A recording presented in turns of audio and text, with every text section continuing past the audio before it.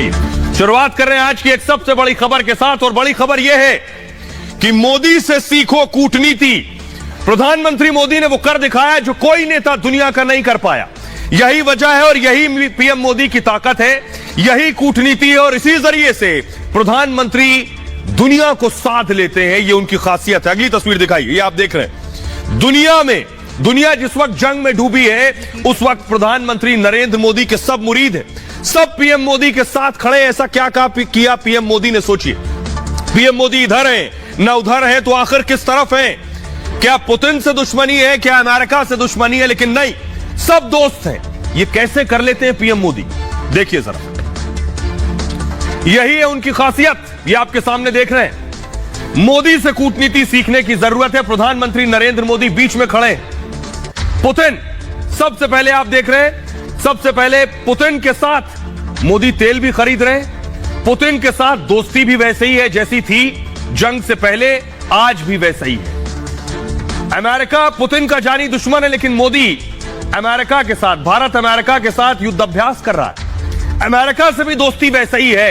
और इतना ही नहीं, मूव कीजिए से जिनपिंग की बात करेंगे। जिनपिंग को आप देख रहे हैं, जिनपिंग भी मोदी के मुरीद है। यानी सारे एक दूसरे के जानी दुश्मन हैं, लेकिन सब मोदी की प्रशंसा करते हैं, तारीफ करते हैं और उनके फैन हैं। कैसे करते हैं ये सब, जरा रिपोर्ट देखिए।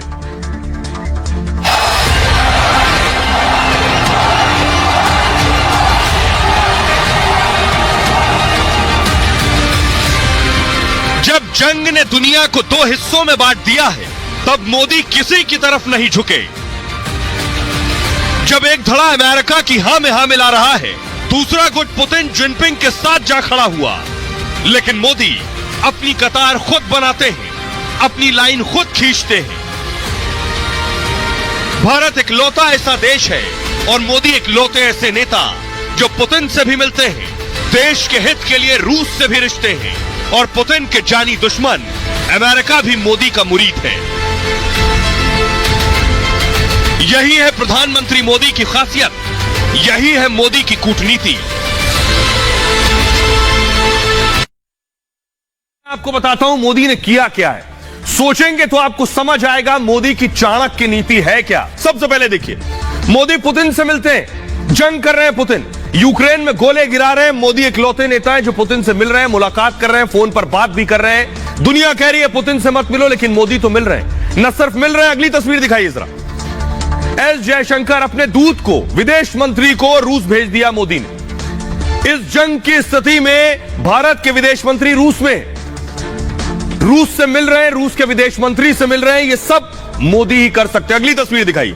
सिर्फ विदेश मंत्री से नहीं, रूस के डिप्टी पीएम, उप प्रधानमंत्री से भी मोदी के दूत एस जयशंकर मिल रहे हैं। पूरी दुनिया देख रही है, इस बैठक पर नजर है।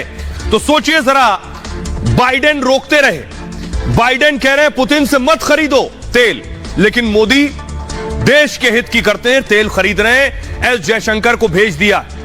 एस जयशंकर रूस में है। ये सब कैसे कर रहे हैं? यही है पीएम मोदी की कूटनीति। इसी से दुनिया को सीखने की जरूरत है। ये देखिए जरा, ये आप देख रहे हैं, ये ऑयल टैंकर्स सब रूस से आ रहे हैं। भारत सबसे ज्यादा तेल इस वक्त रूस से खरीद रहा है। जंग के बावजूद, यूक्रेन जंग के कारण रूस इस वक्त दुनिया के निशाने पर है। अमेरिका लगातार रूस का विरोध कर रहा है और रूस पर न जाने कितने प्रतिबंध लगा दिए हैं कि रूस का ना सामान कोई खरीदेगा, ना रूस को बेचने देंगे।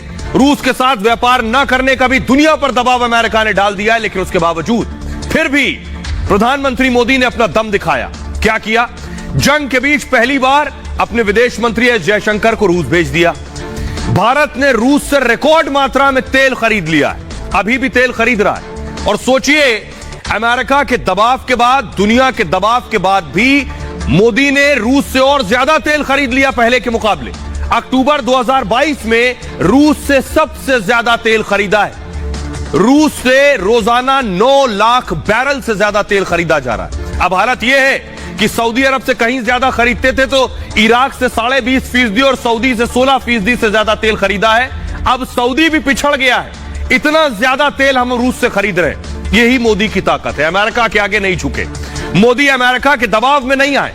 भारत की नीति साफ है, जहां सस्ता तेल मिलेगा वहीं से तेल खरीदा जाएगा, किसी के प्रेशर में नहीं आएंगे। यूक्रेन जंग पर मोदी किसी की तरफ नहीं झुके और सितंबर में मोदी और पुतिन समरकंद में मिले भी। मोदी ने पुतिन से युद्ध रोकने के लिए भी कह दिया, तेल भी खरीद रहे हैं और समझा भी रहे युद्ध रोक दो। मोदी पुतिन, पीएम मोदी ने यूक्रेन के नुकसान का भी मुद्दा पुतिन के सामने उठा दिया।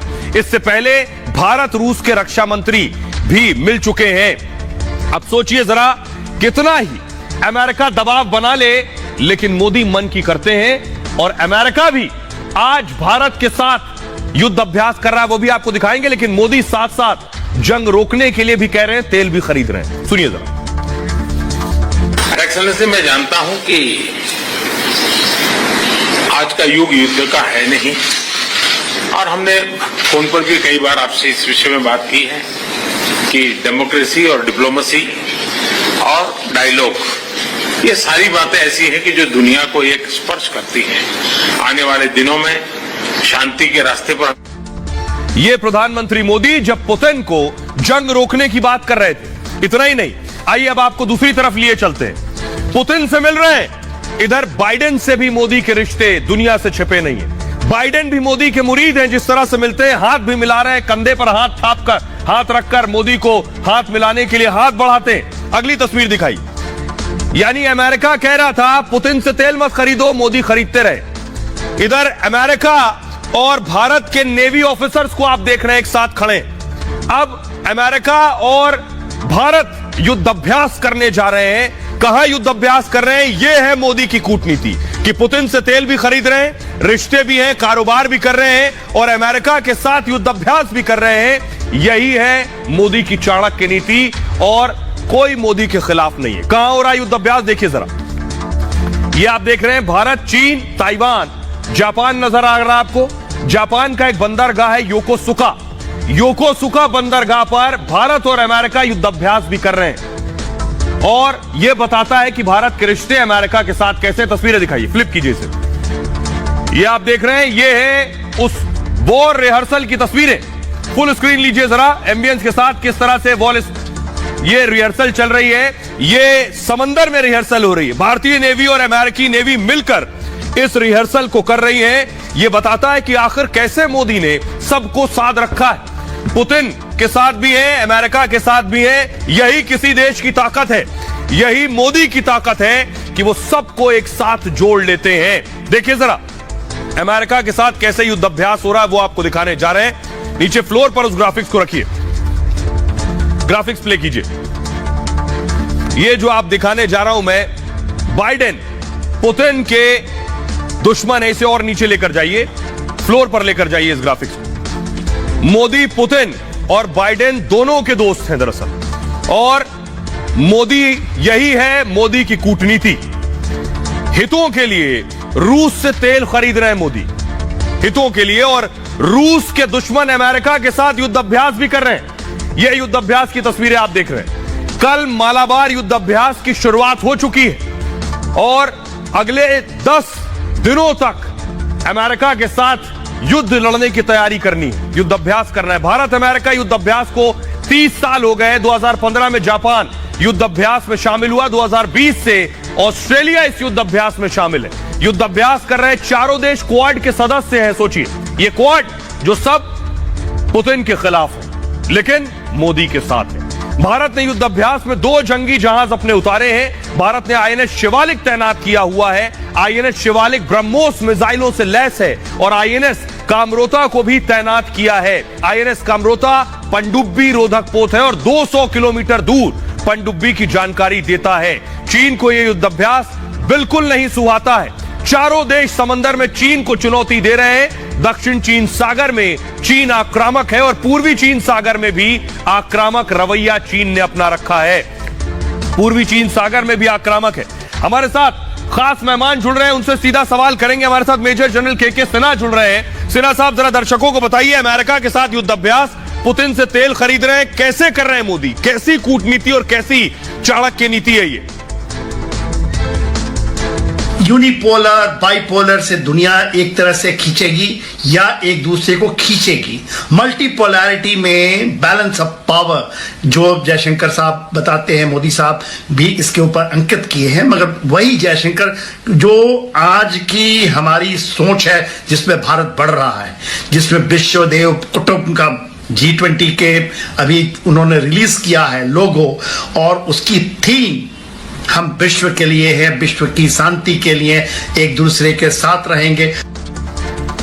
यही है प्रधानमंत्री नरेंद्र मोदी का फलक, जो बताता है कि कैसे दुनिया के नेता उनके साथ जुड़ते जा रहे हैं। सिर्फ पुतिन और बाइडेन की बात नहीं कर रहा हूं, चीन भी मोदी का मुरीद है। बेशक भारत का दुश्मन हो, लेकिन मोदी की तारीफ कर रहा है। कैसे, क्या वजह है?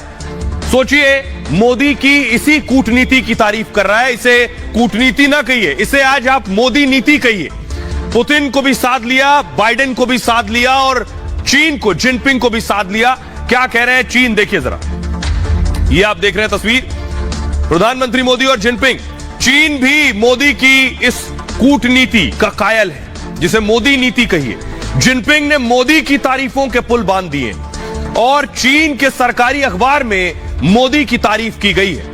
विदेश मंत्री एस जयशंकर जो रूस में है, उनके दौरे की प्रशंसा की गई है, और चीन ने भारत की विदेश नीति को स्वतंत्र बताया है। यही है मोदी नीति, किसी के दबाव में नहीं आती। भारत को बेहतर कूटनीति वाला देश बताया है चीन ने भारत के भविष्य को स्वर्णिम बताया है, सुनहरा भविष्य हिंदुस्तान का। कहा है भारत पश्चिमी देश से आगे निकल जाएगा, वेस्टर्न कंट्रीज से भारत आगे हो जाएगा। सोचिए, ये जिनपिंग कह रहे हैं। यही बात पुतिन भी कह चुके हैं, आपको याद होगा।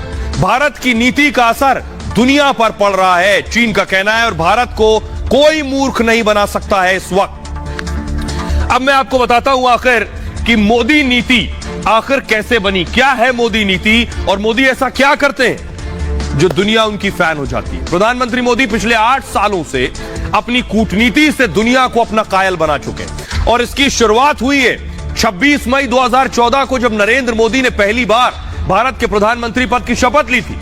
प्रधानमंत्री मोदी ने अपने शपथ ग्रहण समारोह में सभी सार्क देशों के प्रमुख को आमंत्रित किया था, जिसमें पाकिस्तान समेत सभी सार्क देशों के प्रमुख शामिल भी हुए थे। और पिछले 8 सालों में दुनिया में न जाने कितने ही देशों के प्रमुख बदल गए। अमेरिका में बराक ओबामा के बाद ट्रंप आ गए, और ट्रंप के बाद बाइडेन अमेरिका के राष्ट्रपति बन गए हैं। लेकिन यह मोदी की कूटनीति ही है कि भारत और अमेरिका के रिश्ते बीते दिनों के साथ और ज्यादा मजबूत ही हुए, और इसकी वजह है मोदी का वो व्यक्तित्व जो एक बार अगर किसी से मिले और मिल ले तो वो जीवन भर प्रधानमंत्री मोदी को भूल नहीं पाते। सिर्फ अमेरिका ही नहीं, रूस के राष्ट्रपति व्लादिमीर पुतिन और मोदी की दोस्ती भी दुनिया के सामने एक उदाहरण की तरह, एक एग्जाम्पल है। यूक्रेन जंग के बाद पूरी दुनिया पुतिन के खिलाफ हो चुकी थी, और भारत पर पूरे यूरोप ने रूस के साथ व्यापार खत्म करने का दबाव बनाया। लेकिन मोदी के मन में सिर्फ भारत बसाया, और भारत के हित के लिए प्रधानमंत्री मोदी ने मुश्किल वक्त में भी अपने दोस्त पुतिन का साथ और हाथ नहीं छोड़ा। नेपाल से लेकर फ्रांस तक पीएम मोदी ने अपनी चाणक्य बुद्धि से, चाणक्य नीति से सभी के साथ भारत के संबंध अच्छे किए हैं। मोदी देश हित के लिए ही नहीं, किसी के सामने झुकते नहीं है देश हित के लिए, और ना ही किसी से समझौता करते हैं, और इसी खूबी के कारण पूरी दुनिया मोदी की मुरीद बन चुकी है। कौन नेता अब तक मोदी के बारे में क्या कह रहा है? सबसे पहले देखिए पुतिन क्या कह रहे हैं। पुतिन कह चुके हैं पीएम मोदी सच्चे देशभक्त है। वो कह रहे हैं कि भारत की विदेश नीति स्वतंत्र है, जिसकी हम बात कर रहे हैं। भारत का भविष्य स्वर्णिम है, पुतिन ने कहा। बाइडेन का कहना है कि मोदी ने दिखाया, अमेरिका कह रहा है मोदी ने दिखाया लोकतांत्रिक दम। कोरोना को शानदार तरीके से कोरोना से निपटा है। इमरान खान मोदी की तारीफ कर चुके हैं, मोदी देश के लिए जीते हैं। उन्होंने कहा था कि मोदी की विदेश में कोई संपत्ति नहीं है और भारत को कोई आंख नहीं दिखा सकता है। विरोधी भी जब तारीफ करें तो वही असली तारीफ है। आजाद मुल्क की तरह फैसले लेते हैं पीएम मोदी।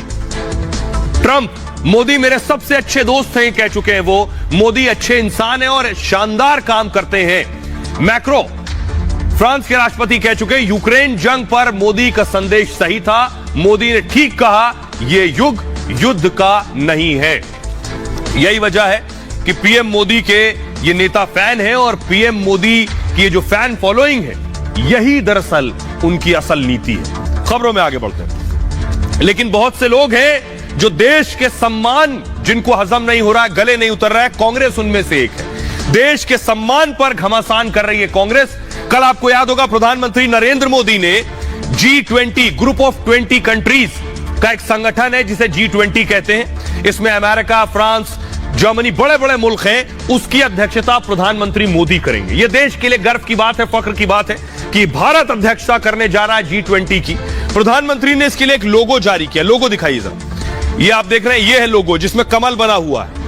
कांग्रेस का कहना यह है, ये जो कमल है, यानी कांग्रेस इस बात पर गर्व और फख्र नहीं कर रही है कि भारत G20 की अध्यक्षता करेगा। वो सवाल कर रहे हैं ये जो कमल है, ये कमल तो बीजेपी का है और प्रधानमंत्री मोदी ने बीजेपी का कमल लगा दिया है। दरअसल G20 के लोगों में भी ये सवाल उठा रहे हैं। ये है कांग्रेस की छोटी मानसिकता। अगली तस्वीर दिखाई, ये है बीजेपी का कमल। उनका कहना है ये बीजेपी का कमल लगा दिया है मोदी जी ने G20 के लोगों पर। देखिए जरा, आइए अब मैं आपको बताता हूं कि कांग्रेस क्या कह रही है और इस पर बीजेपी ने सही और सटीक जवाब क्या दिया है। दोनों के तर्क सुनिए, दोनों क्या कह रहे हैं, ये आप देख रहे हैं। कांग्रेस का कहना यह है कि G20 में कमल बीजेपी का चुनाव चिन्ह है, तो बीजेपी का कहना है कमल प्रतीक चिन्ह नहीं है, एक भावना है। दरअसल कांग्रेस ने कहा लोगों में जो G20 का लोगो है, लोगो में कमल की फोटो लगाना बेशर्मी है। बीजेपी का कहना है कमल आशा का प्रतिनिधित्व करता है। कांग्रेस कह रही है पीएम मोदी खुद को बढ़ावा दे रहे हैं। बीजेपी कह रही है मोदी भारतीय संस्कृति को बढ़ा रहे हैं। कांग्रेस कह रही है कमल के जरिए फायदा उठाने की कोशिश हो रही है। बीजेपी कह रही है कमल धरोहर और आस्था का प्रतीक है। कांग्रेस ने आरोप लगाया G20 में कमल के जरिए पार्टी का प्रचार हो रहा है। बीजेपी कह रही है कमल के जरिए हम तो दुनिया को संदेश दे रहे हैं। कांग्रेस ने कहा कि चुनाव को देखते हुए ऐसा किया गया है। ये जो आप देख रहे हैं आगे, ये है लोगो। बीजेपी ने कहा यह सनातन संस्कृति का प्रतिनिधित्व है, ये जो कमल है। अब जरा सुनिए क्या कुछ कह रहे हैं बीजेपी के प्रवक्ता सुधांशु त्रिवेदी और शहजाद पूनावाला। उनको कष्ट भले ही हो, परंतु यह सत्य है कि यदि हमें इंटेलेक्चुअल सुपर पावर बनना है या इकोनॉमिक सुपर पावर बनना है, तो लक्ष्मी जी भी कमल पर विराजती हैं और सरस्वती जी भी कमल पर विराजती हैं। तो जो कमल का विरोध करने की बात करते हैं, तो ये निश्चित रूप से भारतीय संस्कृति और हिंदू धर्म के प्रति एक और अवमानना का प्रतीक है। कमल का फूल जो तिरंगे में G20 के लोगों के रूप में इस्तेमाल किया गया है और जिसका अनावरण प्रधानमंत्री जी ने किया है, वो भारत का राष्ट्रीय फूल है।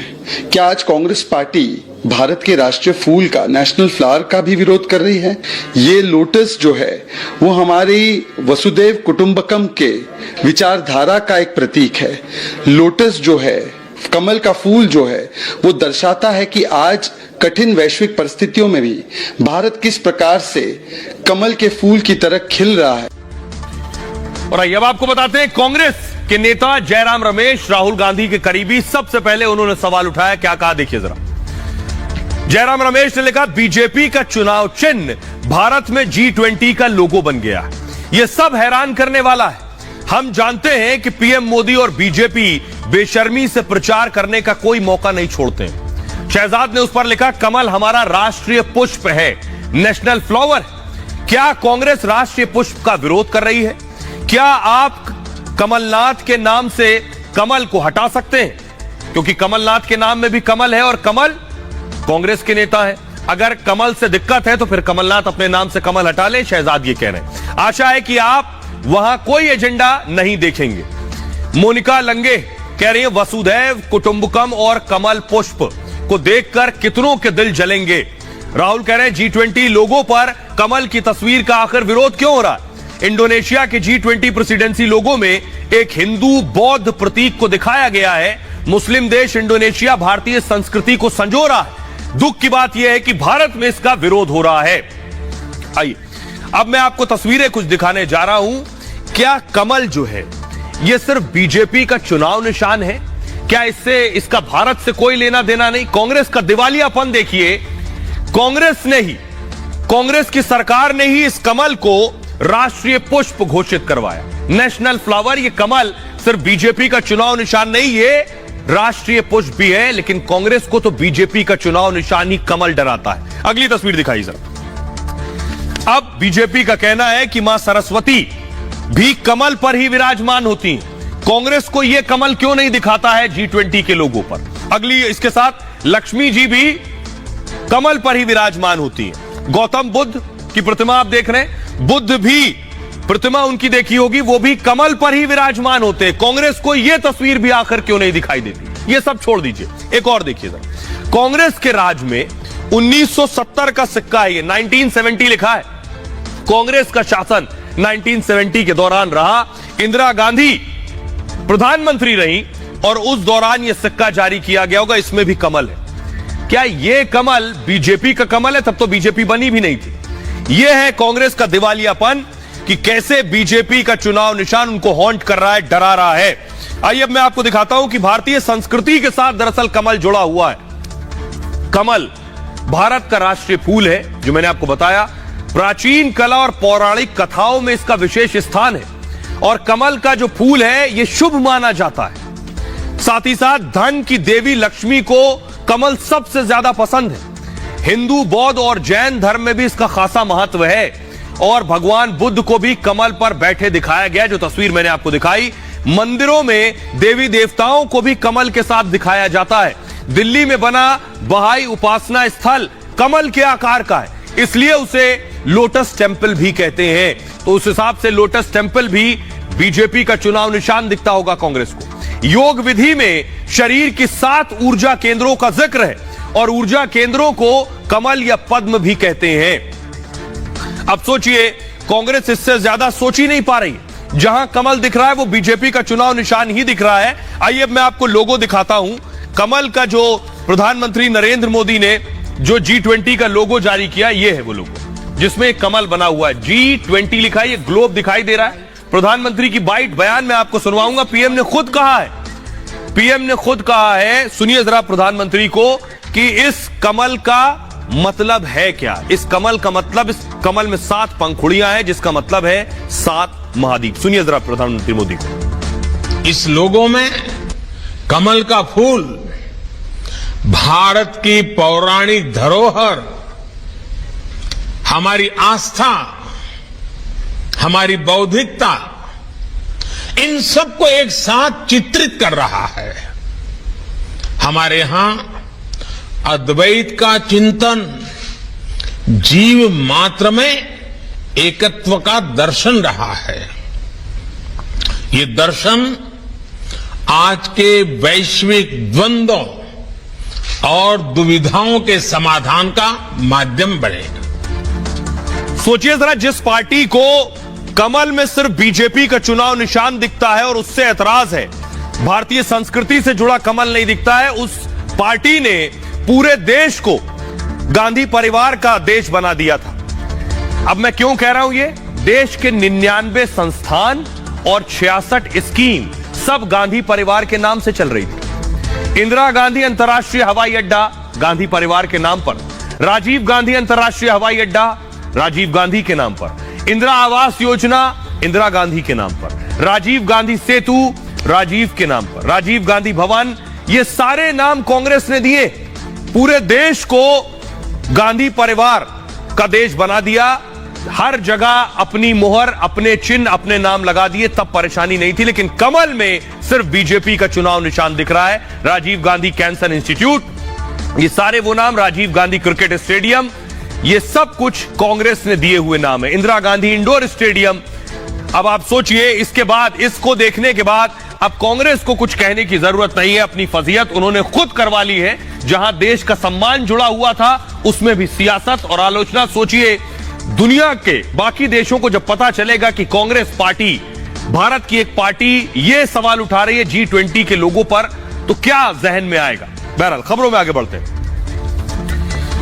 आज की एक और अगली बड़ी खबर है, आखिर 2024 का मूड क्या है। 2022 में ही उसके रुझान आने शुरू हो गए हैं। प्रधानमंत्री नरेंद्र मोदी की आज की तस्वीर ये देख रहे हैं। हिमाचल में प्रधानमंत्री आज रोड शो कर रहे थे, रैली कर रहे थे। गुजरात और हिमाचल के चुनाव हैं, नतीजे आने वाले हैं, लेकिन नतीजों से पहले रिपब्लिक और पी मार्क ने मूड भाप लिया है।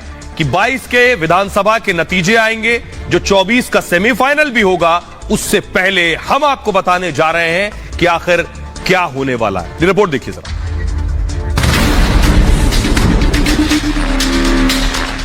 भाइयों बहनों, ये आशीर्वाद ही नया रिवाज बनाएंगे, फिर भाजपा सरकार बनाएंगे।